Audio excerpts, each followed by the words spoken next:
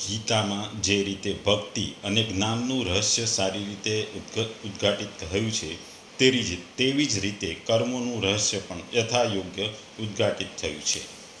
ભગવદ્ ગીતાનો અધ્યાય 3 અને શ્લોક 13. ભગવાન બોલ્યા કે યજ્ઞમાંથી વધેલા અન્નને આરોગનારા શ્રેષ્ઠ પુરુષો સર્વ પાપોથી મુક્ત થઈ જાય છે, અને જે પાપીઓ પોતાના શરીરના પોષણ માટે જ અન્ન રાંધે છે તેઓ તો પાપને ખાય છે. બીજા શબ્દોમાં કહીએ તો ભગવાનના ભક્તો સર્વ પ્રકારના પાપમાંથી મુક્ત થઈ જાય છે, કારણ કે તેઓ યજ્ઞમાં પ્રથમ અર્પિત કરેલું ભોજન એટલે કે પ્રસાદ જ લે છે. અન્ય લોકો જેઓ પોતાના ઇન્દ્રિય સુખ માટે ભોજન બનાવે છે તેઓ નક્કી પાપને ખાય છે. અહીં ભગવાન જે કહે છે કે યજ્ઞમાંથી વધેલા અન્નને, યજ્ઞ એટલે કર્તવ્ય કર્મ છે. દરેક માણસને જે કર્તવ્ય કરવાનું છે, કર્તવ્ય કર્મ કરવાનું છે, એ કર્મ દરેકને સરખે ભાગે કરવાનું છે. અને આ પોતે કરેલા કર્મમાંથી જે વધારાનું કર્મ છે, જે વધે છે, એ પોતાને આરોગવાનું છે. અને જે પોતે કરેલા કર્મનું જ જે ભાગ પોતે લે છે એ સર્વ પાપોમાંથી મુક્ત થઈ જાય છે. એટલે કર્મ જરૂરી છે, અને પોતે જે પોતાનું કર્તવ્ય કર્મ કરે છે એમાં જે ભાગ વધે છે એ આરોગવાથી સર્વ પાપોમાંથી મુક્ત થઈ જાય છે.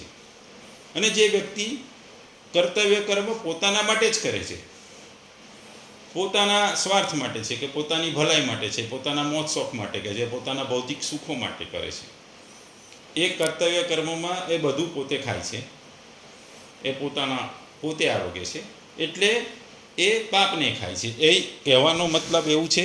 એટલે અહીં અન્નને આરોગનો શબ્દ વાપર્યો છે. અન્ન આપણે જોઈએ છે કે હિન્દુ ધર્મમાં ભગવાનને ભોગ ચડાવવામાં આવે છે, અને ભોગ ચડાવેલું બાદ એમાંથી પ્રસાદ તરીકે આરોગવામાં આવે છે. અને આ પ્રસાદમાં એ ભોગમાં ભગવાનનો ભાવ મળે છે, એટલે એને આપણે પ્રસાદ કહીએ છીએ. અને ભગવાનનો ભાવ મળવાથી એ પ્રસાદ ખૂબ જ સ્વાદિષ્ટ થઈ જાય છે. અને આ પ્રસાદ જે આરોગ્ય છે એ સર્વ પાપોમાંથી મુક્ત થઈ જાય છે.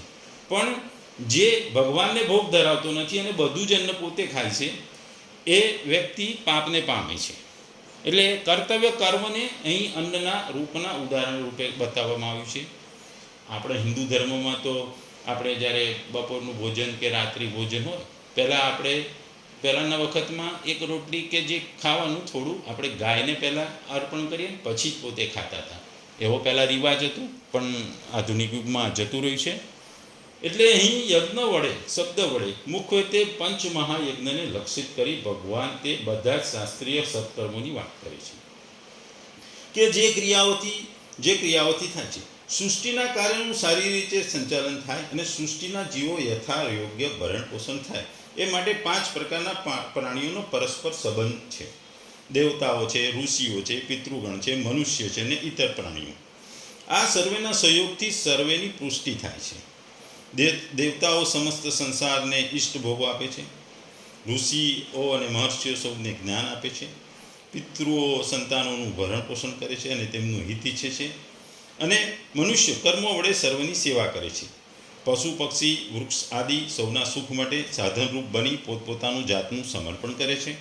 આ પાંચેમાં યોગ્યતા, અધિકાર અને સાધન સંપન્નતા સૌથી વધારે મનુષ્યમાં છે, અને તેથી સર્વેનું પુષ્ટિનું દાયિત્વ મનુષ્યના ઉપર છે અને મનુષ્યને માથે છે. તેથી જ મનુષ્ય શાસ્ત્ર સંમત કર્મો વડે બધાની સેવા કરે છે. પંચમહાયજ્ઞથી અહીં લોકસેવા રૂપી શાસ્ત્ર સંમત કર્મો જ કહેલા છે. મનુષ્યનું એ કર્તવ્ય એ છે કે કંઈ પણ કમાય છે એમાં એ સર્વેનો ભાગ છે એમ માનવું જોઈએ, કારણ કે તે સર્વેની સહાયથી અને સહયોગથી જ કમાય છે, ખાય છે કે કમાય છે.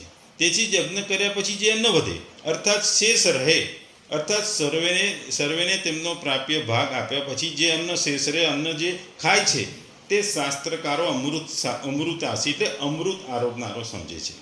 જે આમ નથી કરતો, એ બીજાનું સ્વત્વ હણીને કેવળ પોતાના માટે કમાય છે અને ખાય છે, તે પાપ ખાય છે.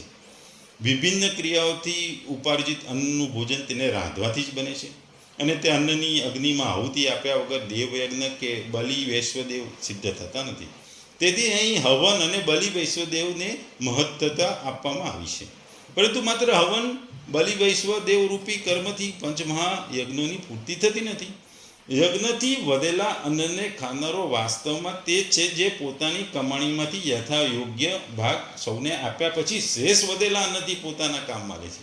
આવા સ્વાર્થ ત્યાગી કર્મયોગીનો વાચક અહીં યજ્ઞશિષ્ટાસીન શબ્દ વપરાયો છે. સિદ્ધ પુરુષો તો સંત છે, કર્મ કરનાર સાધક છે, અને સિદ્ધ પુરુષો પણ યજ્ઞ કરે છે, પરંતુ તેઓ પાપ છૂટવા માટે નહીં, પણ સ્વાભાવિક રીતે લોક સંગ્રહાર્થે અર્થાત લોકોની ભલાઈ માટે યજ્ઞ કરે છે. મનુષ્યનો પૂર્વ પાપનો સંચય તો છે જ. વર્તમાન કાળમાં પણ જીવનના ભરણ પોષણ માટે, નિર્વાહ માટે જે વૈધ કાર્યો આર્થોપાર્જન માટે કરવામાં છે તેમાં પણ મનુષ્ય આનુષંગિક પાપો તો થાય જ છે. એ ન્યાય હવન પ્રજાપાલન, યુદ્ધ, ખેતી, વ્યાપાર, શિલ્પ વગેરે જીવન ટકાવવાના કર્મો પૈકી પ્રત્યેક કર્મને કંઈક ને કંઈક તો હિંસા થાય છે. ગૃહસ્થના ઘરમાં દરરોજ ચૂલો, ઘંટી, ઝાડુ, ખાંડડીઓ, પાણીયારું વગેરે સ્થાનો પર હિંસા થાય છે. એ સિવાય પ્રમાદ આદિને કારણે અન્યને પ્રકારે પણ અનેક પ્રકારના પાપો થાય છે.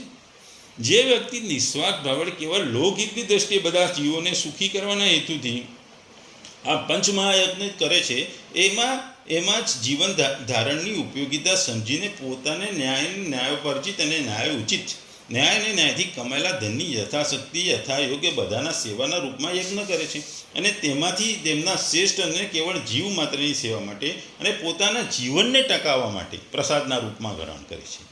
તે સત્ય પુરુષ ભૂતકાળના અને વર્તમાનકાળના બધા જ પાપોથી મુક્ત થઈ સનાતન બ્રહ્મને પામે છે. તેથી જ આવા સાધકને સંત કહેવાય છે. આમ અહીં બધા જ પાપ કર્મથી મુક્ત થવાનો અર્થ કહી દીધો છે. ઘરમાં થનારા રોજિંદા 5 પાપોથી તો સકામ પુરુષ પણ મુક્ત થઈ જાય છે, કે જે પોતાના સુખ અને ઉપભોગની પ્રાપ્તિ માટે શાસ્ત્ર વિધિ પ્રમાણે કર્મો કરે છે. અને ભગવાન કહે છે કે અહીં પકાવવું ને ખાવું તેના ઉપલક્ષથી ઇન્દ્રિયો વડે ભોગવવામાં આવતા ભોગોની વાત કહી છે. જે પુરુષ આ ભોગોનું ઉપાર્જન અને તેમનો યજ્ઞ વિશિષ્ટ ઉપભોગ નિષ્કામ ભાવે લોક સેવા માટે કરે છે, તો તે ઉપયુક્ત પાપોમાંથી મુક્ત થઈ જાય છે. અને પાપોમાંથી મુક્ત થઈ ગયા પછી જે માત્ર સકામ ભાવે પોતાના બધા જ સ્નેહોચિત ભાગ અર્પણ કર્યા વગર ભોગોનો ભોગ કરે છે, એ પાપી નથી, તે પાપી છે. પરંતુ જે પુરુષ માત્ર પોતાના સુખ અને પોતાના શરીર અને પોતાના ઇન્દ્રિયોના ભરણ પોષણ માટે ભાગોનું ઉપાર્જન કરે છે અને પોતે જ એનો ભોગ કરે છે, એ પાપી છે, કારણ કે તેની ક્રિયાનો અર્થાત નથી હોતી. એટલે અહીં ભગવાનનો કહેવાનો મુખ્ય હેતુ છે કે મનુષ્યની પાસે શરીર, યોગ્યતા, પદ, અધિકાર, વિદ્યાબળ વગેરે જે કાંઈ છે એ બધું સંસારમાંથી મળેલું છે અને ચાલ્યા જવાવાળું છે, કે કાયમ નથી રહેવાનું. તેથી આપણું નથી ને આપણા માટે નથી, બલકે બીજાની સેવા માટે છે. આ વાતમાં આપણી ભારતીય સંસ્કૃતિનો પૂરો સિદ્ધાંત આવી જાય છે. જેમ કે આપણા શરીરના બધા અવયવો શરીરના હિત માટે છે, એવી જ રીતે સંસારના બધા જ મનુષ્યોના સંસારના હિત માટે છે.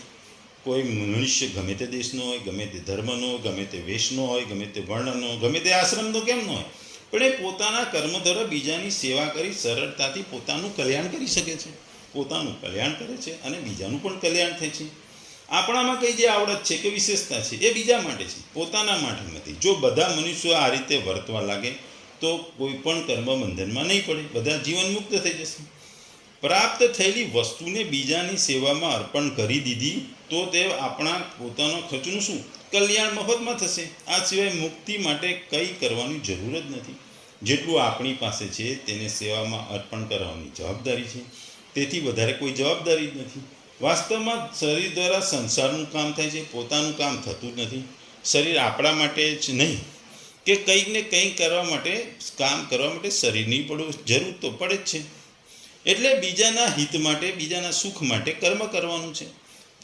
પોતે પોતાના માટે પણ એ કર્મ કરવાનું છે. એટલે અહીં કહેવાનો અર્થ છે કે તમારે તમારા જે ભાગનું કર્મ છે એ કરો ને એ બધાને આપો, કર્મ કરો, અને એમાંથી જે ભાગ વધે એ તમારે લેવાનો છે. દાખલા તરીકે આજે કોઈક વ્યક્તિ બહુ જ પૈસા કમાય, ધન ભેગું કરે, તો એની ફરજ છે કે એ ધન પોતાને જરૂર એટલું વાપરે, બાકી બીજું બધાને લોકોને આપે, બીજાને દાનમાં આપે કે બીજાને નોકરી કે ધંધો આપી એમાં એ લોકોને ધનમાં ભાગીદાર બનાવે.